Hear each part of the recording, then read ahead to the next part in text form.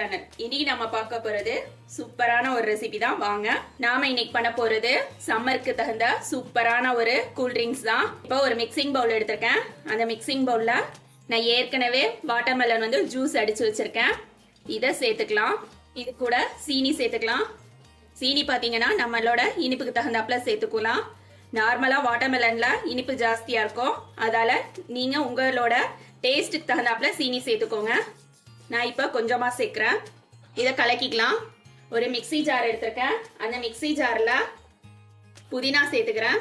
புதினா பார்த்தீங்கன்னா ஒரு கொத்து எடுத்திருக்கேன். அது கூடவே லெமன் ஜூஸ் எடுத்திருக்கேன். ஐஸ் கியூப்ஸ் போட்டுக்கலாம். இதை அரைச்சிட்டு வந்துடுறேன். வாட்டர்மெலன் ஜூஸும் சீனியும் சேர்த்துட்டு நல்லா கலந்துடலாம். சீனி கரையணும். அரைச்சிட்டு வந்துட்டேன். இதை நம்ம ஒரு ஸ்ட்ரெயினர்ல வடிகட்டிக்கலாம். இப்போ நம்மளுடைய ஜூஸ் ரெடி ஆயிடுச்சு. நம்ம வந்து சர்விங் கிளாஸ்ல ஊத்திக்கலாம். நம்மளோட இந்த ஜூஸ் பார்த்தீங்கன்னாக்கா 1/2 கப் அளவுக்கு ஊத்தினா போதும்.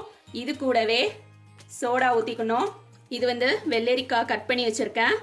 தோல் எடுத்துட்டு சின்ன சின்னதா அதை போட்டுக்கலாம். இது ஆப்ஷனல் தான். உங்களுக்கு வேணும்னா நீங்க போட்டுக்கோங்க, இல்லைன்னா ஸ்கிப் பண்ணிக்கலாம்.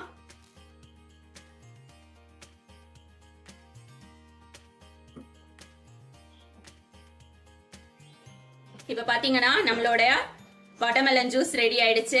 இந்த சம்மருக்கு நீங்களும் உங்க வீட்டில் செஞ்சு பாருங்க. ரொம்ப சூப்பரா இருக்கும். தேங்க்ஸ் ஃபார் வாட்சிங்.